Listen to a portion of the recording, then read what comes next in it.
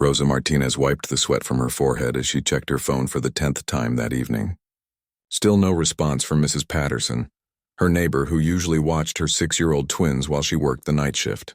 The cleaning cart beside her was fully loaded, ready for another night of making the fancy offices at Sterling Tower sparkle like new. She glanced at the clock on the wall. 7:30. Her shift started at 8 and she was never late. Not once in 3 years. Being on time mattered when you were a single mom with 2 kids to feed and rent that seemed to go up every year. Her phone buzzed. Finally. But when she read the message, her heart sank into her stomach. Mrs. Patterson's daughter wrote that her mother had fallen and was being taken to the hospital. Nothing life-threatening, but she wouldn't be home tonight. Maybe not for a few days. Rosa's mind raced through her options like a deck of cards being shuffled too fast. Her sister lived 2 hours away and worked nights herself. The daycare center was closed. Her other neighbor, the young couple in apartment 3B, had just had a baby and were drowning in their own chaos. She'd already asked them for help twice this month. She looked at her twins, Lucy and Miguel, sitting on the worn couch doing their homework. Lucy was carefully forming letters in her notebook, tongue stuck out in concentration. Miguel was building something with blocks, his imagination turning them into a castle or spaceship or whatever 6-year-olds dream up. The rent was due in 12 days. She had exactly $430 in her bank account. Her car needed new tires. Miguel needed new shoes because he was growing like a weed. If she missed this shift, she wouldn't get paid. If she missed too many shifts, she'd lose this job. And jobs that let you work while your kids slept. Jobs that paid $15 an hour with no high school diploma required. Those didn't grow on trees. Rosa made a decision that she knew was risky but felt like her only choice. She knelt down in front of her children. "Hey, my loves, we're going on a little adventure tonight. You're going to come to work with Mommy." Lucy looked up, eyes wide. "Really? To the big building with all the lights?" "Yes, but you have to promise me something. You have to be very, very quiet. Like little mice. Can you do that for Mommy?" Both children nodded solemnly. Miguel even put his finger to his lips. "Shh, like this?" "Exactly like that, baby." She packed their backpacks with coloring books, crayons, some quiet toys, snacks, and juice boxes. She made them use the bathroom twice. She gave them the talk about staying together, not wandering off and keeping their voices down. They promised. They were good kids. They understood that Mommy worked hard and that sometimes things were difficult. The drive to Sterling Tower took 20 minutes through evening traffic.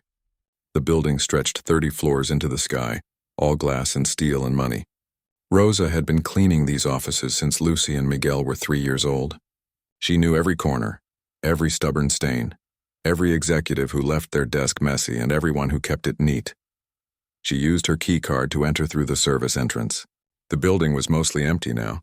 A few workaholics stayed late, but by 9 or 10 she usually had the place to herself. That's what she was counting on. Rosa found an empty conference room on the 15th floor. It was one of the smaller ones, barely used except for occasional video calls. She set up a little nest for the twins in the corner, spreading out their coloring books and toys on the plush carpet.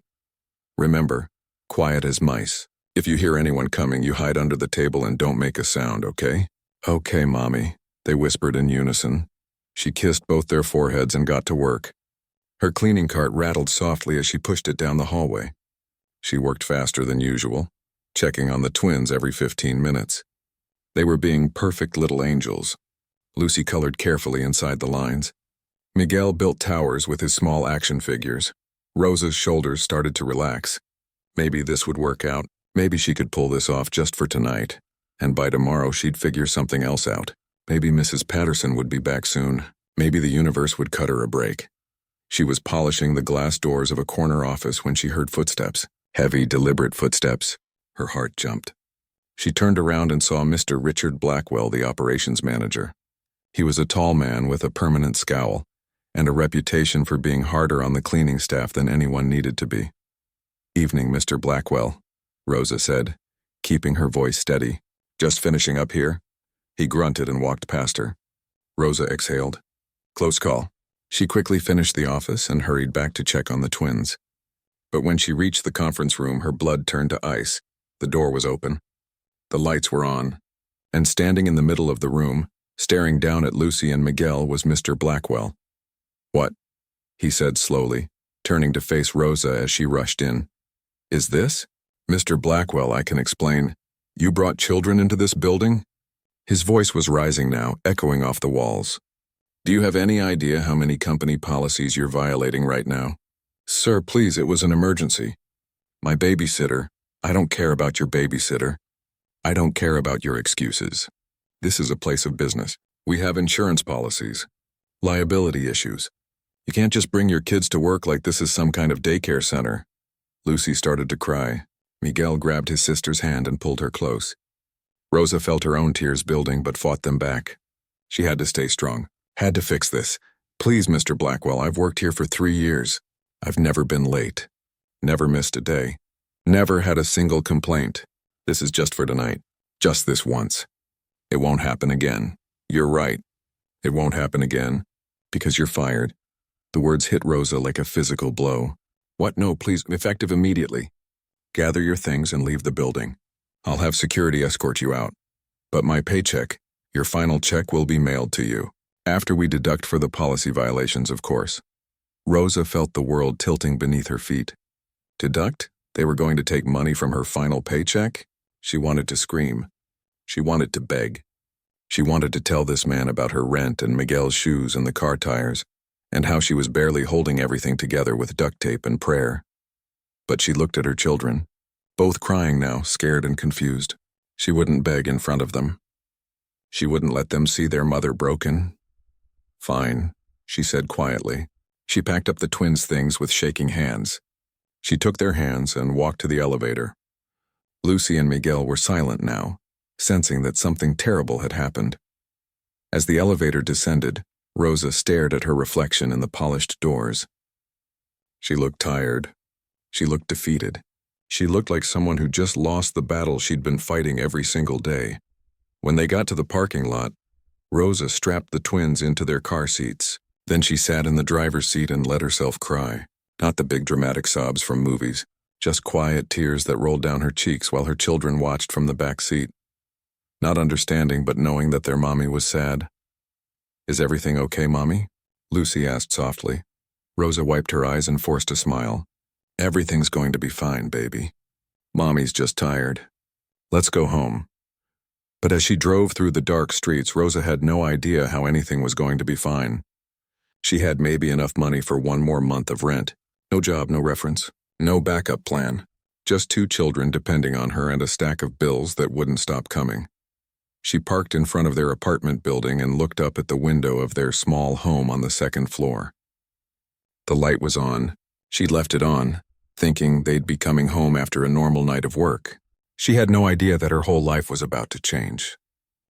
Rosa didn't sleep that night. She lay in bed staring at the ceiling, doing math in her head over and over until the numbers blurred together. $430. Rent was $900.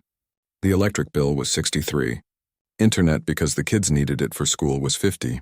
Food, gas, Miguel's shoes. Lucy's winter coat was getting too small. When the sun finally came up, she felt hollow, empty, like someone had scooped out her insides and left just the shell behind. The twins woke up at 7, like always. They didn't understand what had happened last night, not really. They were 6. At 6, you think your parents can fix anything. Rosa wished that were true. "Mommy, I'm hungry," Miguel said, rubbing his eyes. Rosa looked in the refrigerator. Some eggs, half a loaf of bread, a little bit of milk. She made them toast with butter and split 1 scrambled egg between them. She drank black coffee and pretended she wasn't hungry. "Are we going to school today?" Lucy asked. Rosa checked the clock. 8:15. School started at 9. She should get them ready, pack their lunches, drive them over. But she couldn't make herself move. Her arms felt like they weighed 1,000 pounds each. "Not today, sweetie. Today is a special day. We're going to have breakfast out. Would you like that?" The twins cheered. They rarely ate at restaurants. It was too expensive, too frivolous for their tight budget. But today Rosa didn't care. She needed to get out of this apartment before the walls closed in on her completely. She got the kids dressed and grabbed her purse. Inside was $317 in cash, money she'd been saving for emergencies. Well, this was an emergency. She counted out $15 and put the rest back. They drove to Rosie's Diner, a small place near the old part of town. Rosa had passed it 100 times but never stopped. It looked warm, though. Friendly. The kind of place where the coffee was cheap and nobody looked at you funny if your clothes were worn. A bell jingled as they walked in. The diner smelled like bacon and pancakes. Most of the tables were full of working people grabbing breakfast before their shifts. Construction workers with dusty boots, nurses in scrubs, people like her trying to make it day by day. "Sit anywhere you like, honey," called a woman from behind the counter. Rosa chose a booth near the window. The vinyl seats were patched with tape but clean. Lucy and Miguel pressed their noses against the glass, watching cars go by. A waitress approached their table. She looked about Rosa's age, maybe a little younger. Brown hair pulled back in a ponytail. Kind eyes, smile lines around her mouth. Her name tag said Beth. "Morning. What can I get you folks?" Rosa looked at the menu. Everything was so expensive. $6 for pancakes, $7 for eggs and bacon. She did the math quickly in her head. "We'll share the breakfast special. 1 order, and a coffee, please." Beth wrote it down, then looked at the twins. "Just 1 breakfast special for all 3 of you?" "Yes, and water for the kids." Rosa saw something flicker in Beth's eyes. Not judgment. Something softer. Understanding, maybe. Coming right up. The breakfast special arrived 15 minutes later. 2 eggs, 2 strips of bacon, 2 pancakes, and hash browns. Rosa cut everything in half and divided it between Lucy and Miguel. She took a few bites of hash browns and told herself she wasn't that hungry anyway. Beth came by to refill her coffee. "You not eating, hun?" "I'm fine. Had a big dinner last night. It was a lie." Dinner had been macaroni and cheese from a box, split 3 ways. Beth didn't say anything, but Rosa could tell she knew. Rosa's phone buzzed. A text from the landlord. Just a friendly reminder that rent is due on the 1st. No exceptions this month. Please have payment ready. Her hand started shaking. She put the phone face down on the table and wrapped her fingers around her coffee cup, trying to steady herself. The twins were focused on their pancakes, drowning them in syrup, happy in the way kids can be when they don't know their world is falling apart. Beth returned with the coffee pot. This time she didn't just pour and leave. She lingered. "Everything okay?" Rosa looked up, and that was her mistake. Because the moment she met Beth's eyes, all the strength she'd been holding on to crumbled. Her eyes filled with tears. She blinked hard, trying to stop them, but one rolled down her cheek anyway. "I'm sorry," Rosa whispered. "I'm fine, really." Beth glanced around the diner. The morning rush was thinning out. She slid into the booth across from Rosa. "I'm a pretty good listener," she said quietly. "Been doing this job for 5 years. You learn to read people." Rosa shook her head. "You don't want to hear my problems. You've got your own. Everybody's got problems. Doesn't mean we can't share the load sometimes." Maybe it was the kindness in Beth's voice. Maybe it was because Rosa was so tired of carrying everything alone. Maybe it was because this stranger had no expectations of her. No judgments, no history. Whatever the reason, Rosa started talking. She told Beth about the job at Sterling Tower, about Mrs. Patterson falling, about bringing the twins to work because she had no choice, about Mr. Blackwell finding them and firing her on the spot, about the threat to deduct from her final paycheck, about the rent due in 12 days and the $430 in Miguel's shoes and everything else. By the end, Rosa was crying openly. Lucy and Miguel watched with worried faces. Rosa wiped her eyes and tried to smile at them. "Mommy's okay, babies. Just tired." Beth reached across the table and squeezed Rosa's hand. "That's not right. What that manager did, that's not right at all. Doesn't matter if it's right, he did it. And now I've got no job and no way to get a reference for another one." "What building did you say?"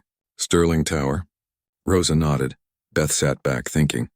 "And this manager's name was Blackwell? Richard Blackwell? You know him?" "No, but I'll remember it." Beth's jaw was set in a way that made her look fierce. "People like that, they think they can treat workers like we're disposable. Like we're not human beings with families and rent and real lives." "That's just how it is," Rosa said quietly. "People with power do what they want. People like me just try to survive." "Maybe. But that doesn't mean it should be that way." Beth stood up. "Wait here." She disappeared into the kitchen. Rosa used napkins to dry her face and tried to pull herself together. She needed to be strong for Lucy and Miguel. They were watching her, taking cues from her reactions. If she fell apart, they'd fall apart. Beth returned a few minutes later with a paper bag. Some muffins for the kids. For later. Oh, I can't. Yes, you can. They're left over from yesterday. We're just going to throw them out anyway. It was clearly a lie, but a kind one. Rosa accepted the bag with a shaky, "Thank you." Beth brought the check. Rosa opened her wallet and counted out the money. $15.73 with tip. She left the bills on the table, but when she looked down, Beth had already picked up the money and was handing it back to her. "This one's on me." No, I can't let you do that." "You can and you will. Save that money for your kids." Rosa's throat was too tight to speak. Beth wasn't done. She pulled a folded $50 bill from her apron pocket and tucked it under Rosa's coffee cup. "This is from my tips. Before you say no, just think about those babies. Think about Miguel's shoes. Take it. I can't take your money. You work hard for this, so do you. And right now you need it more than I do." Beth's voice was firm but gentle. "I've been where you are. When I was first starting out, working 2 jobs, sleeping in my car some nights, a stranger helped me then, gave me a place to stay for a week. Didn't even know my name. So now I help when I can. That's how the world should work. People taking care of each other." Rosa took the $50 with trembling hands. "I'll pay you back. I promise. As soon as I get back on my feet, don't worry about paying me back. Just promise me you'll help someone else someday when you can. That's all I ask." Rosa nodded, unable to trust her voice. Beth pulled a notepad from her apron and wrote something down. She tore off the page and handed it to Rosa. "That's my phone number. If you need anything, you call me. I mean it. Doesn't matter what time. You need someone to talk to, someone to watch the kids while you go to a job interview, whatever. You call. Why are you being so nice to me?" "You don't even know me," Beth smiled. "I know enough. I know you're a mom doing everything she can for her kids. I know you got a raw deal from someone who should have shown more compassion. And I know that good people shouldn't have to face this stuff alone." She paused and something shifted in her expression. "Listen, I need to make a phone call. Would you mind waiting here for just a few more minutes?" Rosa didn't understand, but she nodded. "Okay." Beth walked to the back of the diner and pulled out her phone. Rosa couldn't hear what she was saying, but she could see Beth's animated gestures, the determined look on her face. Lucy tugged on Rosa's sleeve. "Mommy, I like that lady." "Me too, baby." "Me too." After about 10 minutes, Beth returned to the table. She sat down again, and this time she looked almost excited. "Okay, so here's the thing. I made a call. There's someone I know who might be able to help with your situation. He's a good guy, honest, fair, and he might have some influence with the company that manages Sterling Tower." Rosa felt a flutter of something that might have been hope. "Really? I can't make any promises. But would you be willing to meet him? Talk to him about what happened?" "I don't want charity. It's not charity. It's justice. What happened to you wasn't right, and maybe just me." Kevin Park sat in his corner office on the 23rd floor of the building that housed Park Technologies.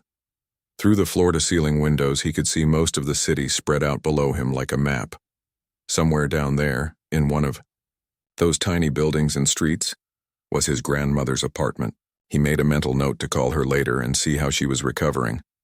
At 29 years old, Kevin had built his company from nothing.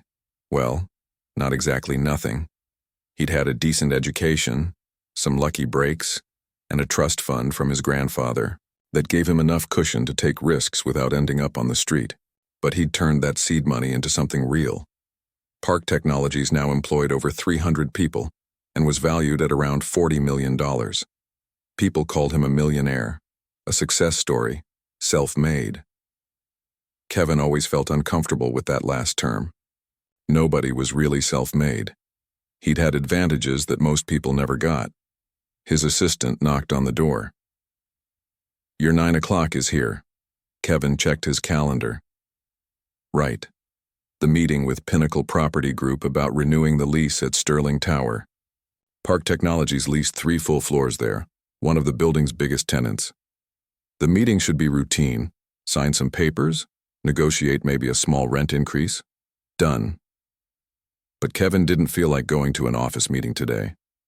The walls of his own building suddenly felt too close, too corporate. "Actually, let me call them and reschedule. Tell them I'll meet them at Sterling Tower tomorrow instead. I want to see the space again before we commit to another 3 years." His assistant nodded and left. Kevin stood and grabbed his jacket. He needed air. He needed to remember what normal felt like. He drove across town to Rosie's Diner, a place he'd been coming to since college, back when he was just another broke student eating cheap eggs and dreaming big dreams. Even now, with money in the bank and a successful company, he came here every week. The food was good, the atmosphere was real, and Beth, the waitress, never treated him any different than she had 10 years ago. The bell jingled as he walked in. The morning rush was winding down. Beth looked up from wiping down a table and grinned. "Well, look who it is, the big shot who still likes our cheap coffee." Kevin slid into his usual booth. "Best coffee in the city." Liar. "But I appreciate the loyalty." Beth brought over a pot and poured him a cup. "The usual, please." Beth disappeared into the kitchen and Kevin pulled out his phone. Messages from his board members, emails about upcoming product launches, a reminder about the charity gala next week that he'd agreed to attend. The life of a millionaire, he thought with a touch of irony. So much money and still somehow always busy. His grandmother had called earlier, but he'd missed it. He dialed her back. "Kevin, I was just thinking about you. How are you feeling, Grandma? The hip doing better?" "Much better, dear. Mrs. Patterson is here helping me with some things around the apartment. Such a sweet woman. Speaking of sweet women, I've been meaning to tell you about another friend of mine, Rosa. She's the single mother I told you about, with the beautiful twins." Kevin vaguely remembered his grandmother mentioning her. "The one who helps you with groceries?" "Yes, such a hard-working girl. She's had a difficult time, but she never complains. Always has a smile for an old lady like me. I wish more young people had her character." "That's nice, Grandma. You should meet her sometime. She's about your age." "Grandma, no. We've talked about this." His grandmother laughed. "Can't blame me for trying. A woman wants to see her grandson settled." They chatted for a few more minutes before Kevin promised to visit her on Sunday. As he hung up, Beth returned with his breakfast. Eggs, bacon, toast, the works. She set it down but didn't leave immediately. "Can I talk to you about something?" Beth asked, her voice lower than usual. Kevin looked up. Beth wasn't normally the serious type. "Of course, everything okay?" She glanced around the diner, then slid into the booth across from him. "I need to tell you about something that happened, and I know you're going to say it's not your problem, but I'm asking you to listen anyway." Kevin set down his fork. "I'm listening." Beth told him everything. About the woman who came in yesterday morning with her 2 kids. About how they'd shared one breakfast between the 3 of them. About the story of being fired from Sterling Tower for bringing her children to work during an emergency. About a manager named Richard Blackwell who threatened to dock her final paycheck. As Beth talked, Kevin felt his jaw tightening. "Wait, Sterling Tower? That's managed by Pinnacle Property Group." "I don't know who manages it. I just know this. Woman Rosa lost her job because she didn't have anyone to watch her kids for one night. One night, Kevin. And this manager didn't even try to understand, just fired her on the spot." Kevin was quiet for a moment. "What do you want me to do about it?" "You lease space in Sterling Tower, right? Your company?" "That's what you told me last month. 3 floors. We're one of their biggest tenants. So you have influence. You could look into what happened, maybe talk to someone, find out if this Blackwell guy is really as bad as he seems." "Beth, I can't just interfere with another company's employment decisions." "Yes, you can. You have money. You have power. You have connections. You could at least try." Beth's voice was passionate now. "Kevin, I've known you for 10 years. You're not like other rich guys. You remember where you came from. You care about people. That's why you still come to this diner instead of some fancy restaurant." Kevin rubbed his face. She was right, and that was the problem. He did care.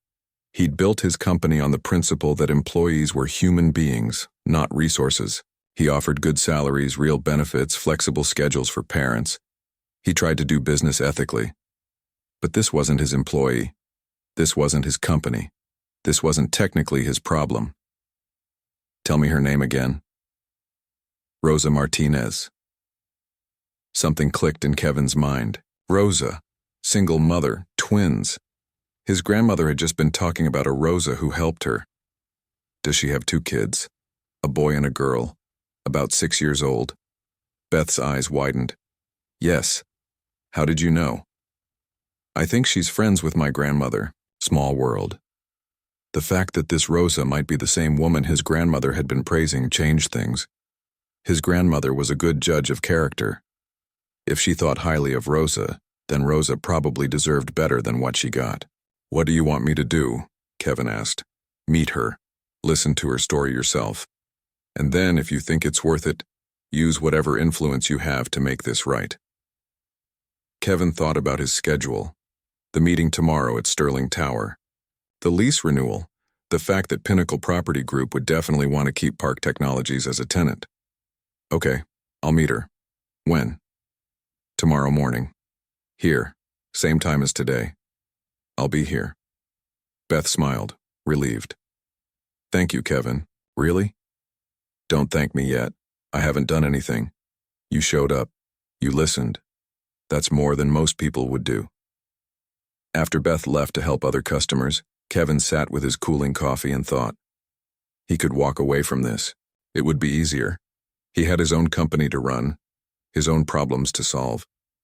Getting involved in someone else's mess could be complicated, but he kept thinking about what Beth said, about having power and choosing what to do with it. He'd been given advantages in life. Good education, family money, opportunities. What was the point of all that success if he only used it for himself?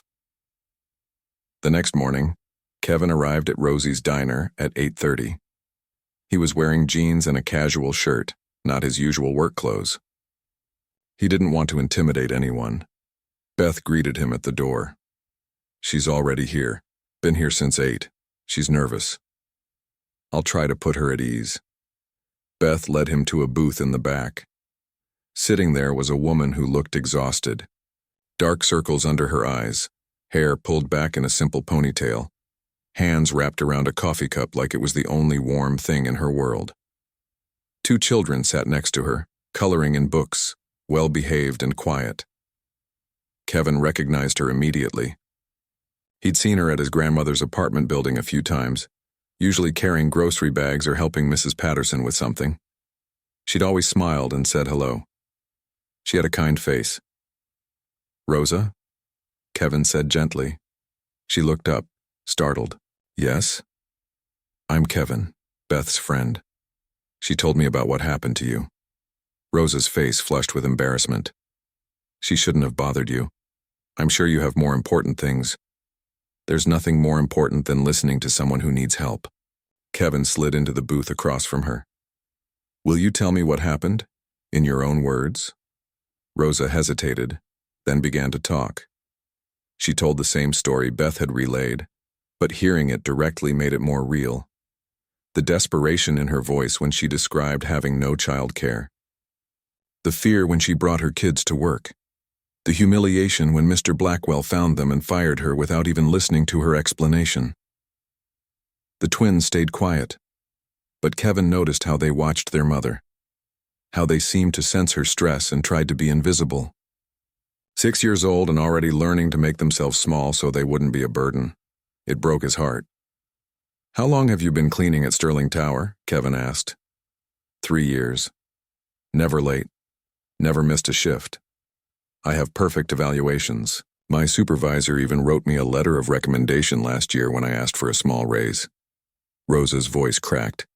I'm a good worker. I just needed one night of you. Kevin spent the entire afternoon in his office going through documents his lawyer had sent over. The more he read, the angrier he became. Richard Blackwell had been the operations manager at Sterling Tower for 4 years. During that time, there had been 17 formal complaints filed against him. 17. For harassment, discrimination, creating a hostile work environment, and unfair termination practices.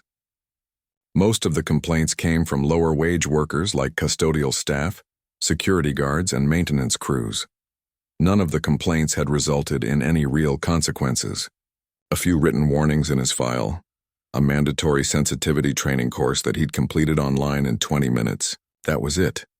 Kevin's lawyer, Dan, had also discovered something interesting. In the past 2 years, the janitorial staff at Sterling Tower had decreased from 15 people to 8. But the cleaning standards had somehow stayed the same, which meant the remaining workers were doing nearly twice the work for the same pay. Where did the budget savings go? Kevin had asked. That's the interesting part, Dan replied. Richard Blackwell's salary has increased by 30% in the same time period, and he received a bonus last year for operational efficiency and cost reduction. So Blackwell was getting rewarded for squeezing workers and cutting staff. The system was literally incentivizing him to treat people badly.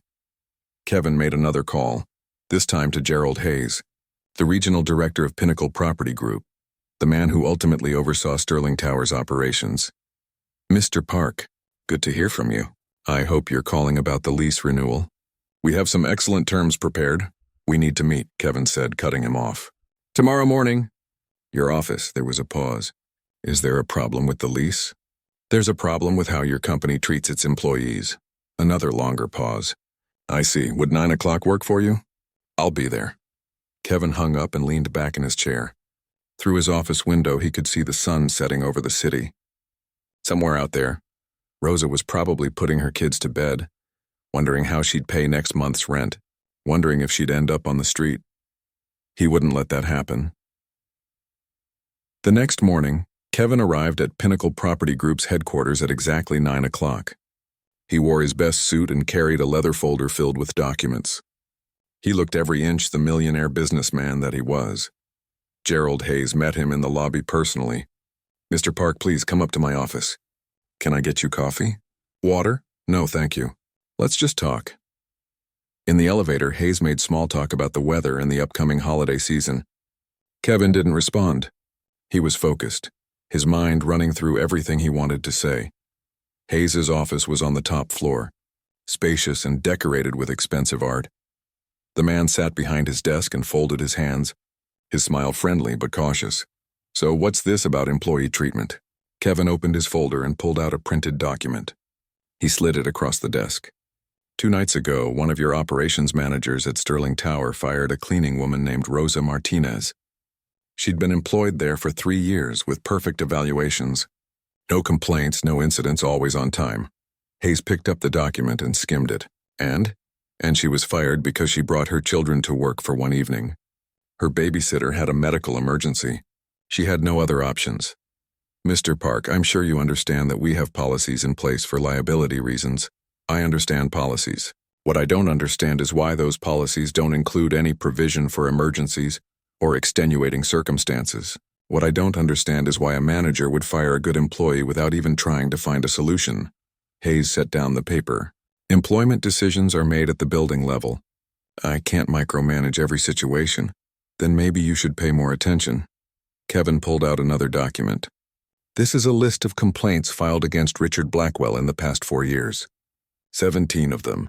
Harassment, discrimination, wrongful termination, all from workers in vulnerable positions. All essentially ignored by your company. The color drained from Hayes's face. I wasn't aware of the extent.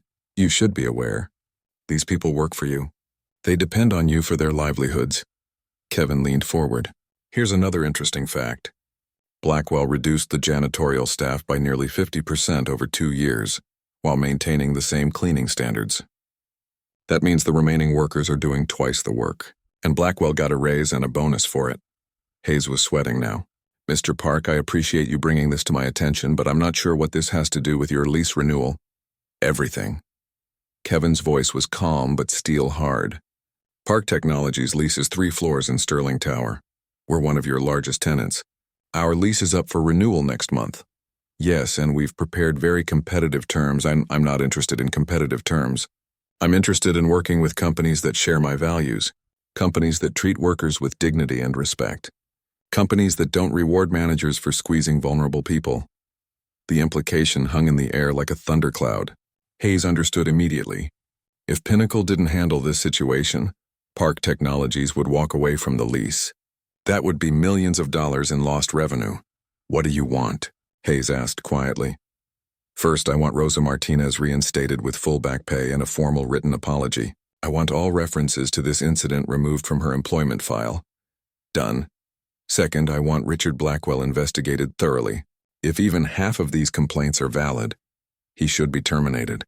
And I want proof that it happened. Hayes nodded slowly. I'll launch an internal investigation immediately. Third, I want Pinnacle to establish an emergency support fund for employees facing situations like Rosa's. Child care emergencies, medical issues, whatever. Workers shouldn't have to choose between their jobs and their families. That will require approval from corporate, then get approval.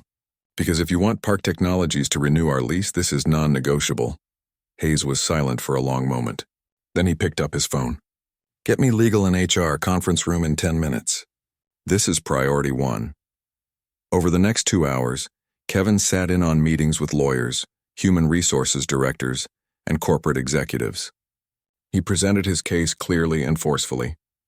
He showed them the complaints against Blackwell. He explained Rosa's situation. He outlined exactly what he expected. The executives tried to negotiate at first. Could they just offer Rosa a settlement? Could they keep Blackwell but put him through more training? Could they implement the support fund gradually over 5 years? Kevin said no to everything. All or nothing. Finally, at noon, Hayes came to him with a proposal in writing. Rosa Martinez would be reinstated immediately with full back pay, 3 weeks of paid leave to compensate for the stress and hardship, and a formal written apology signed by Hayes himself. Her employment file would show no record of termination. Richard Blackwell would be suspended immediately pending a full investigation by an outside firm. If the investigation confirmed the complaints against him, he would be terminated without severance. Pinnacle Property Group would establish the Emergency Employee Support Fund within 90 days, with an initial funding of $200,000. Any employee facing an emergency could apply for grants to cover child care, medical expenses, transportation, or other crisis needs. Is this acceptable? Hayes asked, his face exhausted. Kevin read through every word carefully. Then he signed at the bottom. This is acceptable. Have your lawyer send the lease renewal to my office. We'll review it. As he stood to leave, Hayes stopped him. Mr. Park, can I ask you something? Yes. Why did you do this? You don't even know this woman. Kevin thought about Rosa's face in the diner, about her children coloring quietly, trying not to be a burden, about all the people like her who worked hard every day and got nothing but stress and dismissal in return. Because I could, Kevin said simply. I had the power to make a difference, so I did. That's what power should be for. That evening, Kevin called Rosa's number. She answered on the second ring, her voice anxious. Hello? Rosa, it's Kevin Park. We met at the diner. Yes, I remember. Did you find anything out? I did, and I have good news. Kevin took a breath, enjoying the moment before he changed her life. You're getting your job back. Full back pay, 3 weeks of paid leave, and a formal apology. The manager who fired you is being investigated and will likely be terminated. And the company is creating an emergency fund to help workers in situations like yours. Silence on the other end, then a sound that might have been crying or laughing or both. Are you serious? This is real? It's real. You can report back to work whenever you're ready. And Rosa, you'll be reporting to a new operations manager. Blackwell is gone. I don't know what to say. Thank you doesn't seem like enough. You don't need to thank me. You deserved better than what happened. I just made sure you got it. How did you even do this? Kevin smiled. Let's just say I had a conversation with some people who needed to hear about what was happening at their company. Sometimes the people at the top genuinely don't know what's happening at the bottom, and sometimes they need someone to force them to pay attention. You're a good man, Kevin Park. I'm just someone who had the ability to help. Which reminds me, 3 months later, Rosa stood in front of the bathroom mirror in her new apartment and barely recognized herself. She looked rested. The dark circles under her eyes had faded. She'd gained a few healthy pounds. Most importantly, she was smiling. A real smile, not the tired, forced kind she'd worn for years. Mommy, we're going to be late, Lucy called from the living room. Rosa checked her watch. 7:15? Plenty of time. But Lucy was right to keep her on schedule. Rosa had learned not to take punctuality for granted anymore. She walked into the living room of their new 2-bedroom apartment. It wasn't fancy, but it was clean, safe, and in a better neighborhood than their old place. Lucy and Miguel each had their own small bedroom now. No more sharing, no more cramped quarters. Miguel was tying his shoes, his tongue sticking out in concentration. New shoes, good ones that fit properly and would last through the school year.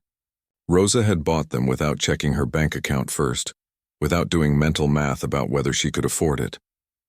That was still a strange feeling. Having enough. Okay, let's go, Rosa said, grabbing her purse and the twins' backpacks. They drove to the elementary school, a better one than where Lucy and Miguel had been before. The difference showed. Newer books, more supplies, teachers who seemed less exhausted. Rosa had been terrified they wouldn't adjust, but kids were resilient. They'd made friends quickly. After dropping them off, Rosa drove to Sterling Tower. She still felt a small flutter of nervousness every time she approached the building, even though everything had changed. The underground parking garage that had once been forbidden to her was now where she parked every day. She had her own assigned spot. Rosa took the elevator to the 15th floor, where the facilities management office was located. Her office. She had an office now, a small one, sure, with a desk and a computer and a door that closed, but it was hers. Morning, Rosa, called Tim, one of the maintenance supervisors. Got those schedules you asked for? Thanks, Tim. Leave them on my desk. I'll review them this afternoon. Rosa settled into her chair and logged into her computer. Her new role as assistant facilities manager kept her busy. She coordinated the cleaning schedules for the entire building, managed supply orders, handled complaints and special requests, and supervised a team of 12 people. It was challenging. Some days she felt overwhelmed, but it was good overwhelm, the kind that came from growth instead of desperation. Her phone buzzed with a text from Beth. Lunch today? My treat, Rosie's Diner at noon. Rosa smiled and typed back. I'll be there. But I'm buying. You've bought enough meals. Beth had become one of her closest friends. They met for lunch at least once a week, and Beth often babysat Lucy and Miguel when Rosa needed to work late or wanted a rare evening to herself. At 11:30, Rosa's desk phone rang. The caller ID showed it was Gerald Hayes, the regional director. Good morning, Mr. Hayes. Rosa, good morning. Do you have a few minutes? I'd like to discuss something with you. Rosa's stomach clenched with old anxiety. Phone calls from executives still made her nervous, even though she'd done nothing wrong. Of course. I've been reviewing the implementation of our Emergency Employee Support Fund. You know, the program we established after your situation. Yes, sir. We've had 43 applications in 3 months. Everything from childcare emergencies to medical bills to car repairs. Every single person who applied genuinely needed help. The fund has made a real difference in our employees' lives. Rosa felt a warm glow of pride. That fund existed because of her, in a way. Because Kevin had fought for it. That's wonderful to hear. It is. And it got me thinking, we need someone to oversee the program. Someone who understands what these workers are going through. Someone who has empathy and good judgment. Hayes paused. I'd like to offer you the position of Emergency Support Program Coordinator. It would be in addition to your current facilities role. An extra $15,000 a year in salary. And the opportunity to make real policy changes that affect workers' lives. Rosa's hand tightened on the phone. Mr. Hayes, I don't know what to say. Say yes. You're the right person for this. You've proven yourself over these past 3 months. Your team respects you. The workers trust you. And you know firsthand what it's like to be in a desperate situation. Can I think about it? Of course. Take the weekend. Let me know Monday. After hanging up, Rosa sat in stunned silence. Another promotion. More responsibility. More money. 6 months ago, she'd been counting pennies to buy her children breakfast. Now she was being offered a position where she could help other people avoid that desperation. At noon, Rosa walked to Rosie's Diner. The bell jingled as she entered, and Beth waved from their usual booth. You look like you have news, Beth said as Rosa slid in across from her. Rosa told her about Hayes' offer. Beth's eyes widened. Rosa, that's amazing. You're going to say yes, right? I don't know. It's more responsibility. What if I mess up? What if I'm not qualified? What if you're perfect for it? What if you help dozens of people the way Kevin helped you? Beth reached across the table and squeezed Rosa's hand. You deserve this. Stop doubting yourself. The diner door opened and Kevin walked in. He spotted them and came over. Mind if I join you? Please, Rosa said, gesturing to the empty seat. Kevin had become a regular part of their lunch group. At first, Rosa had felt awkward around him. He was a millionaire and she was a cleaner who'd gotten lucky. But Kevin never acted like their difference in wealth mattered. He joked with Beth about her terrible coffee. He asked Rosa about Lucy and Miguel. He treated them like equals. "I have news," Rosa announced once Kevin had ordered. "Hayes offered me a new position. Coordinator for the Emergency Support Fund." Kevin's face broke into a huge grin. "Rosa, that's fantastic. Are you taking it?" "I think so. I mean, yes. Yes, I'm taking it." "Good, you'll be amazing at it."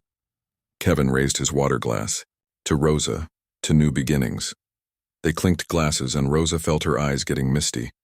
"I still can't believe all of this is real.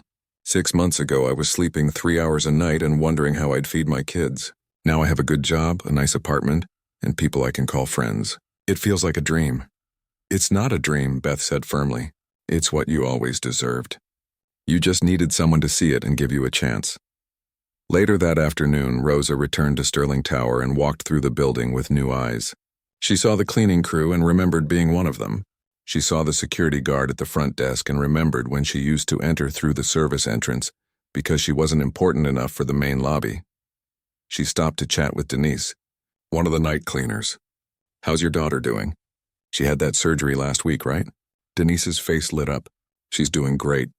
And I applied to that emergency fund you told me about. They approved my application. Covered the whole deductible. I can't thank you enough for telling me about it. That's what it's there for. I'm glad it helped." As Rosa rode the elevator back to her floor, she thought about the chain of events that had led her here. Mrs. Patterson falling, being forced to bring her kids to work, getting fired, meeting Beth, Beth calling Kevin, Kevin fighting for her. Any one of those things could have gone differently and she might still be struggling. But they hadn't, and now she was in a position to help others. That weekend, Rosa took Lucy and Miguel to the park. It was a beautiful October afternoon, cool and crisp with leaves changing colors.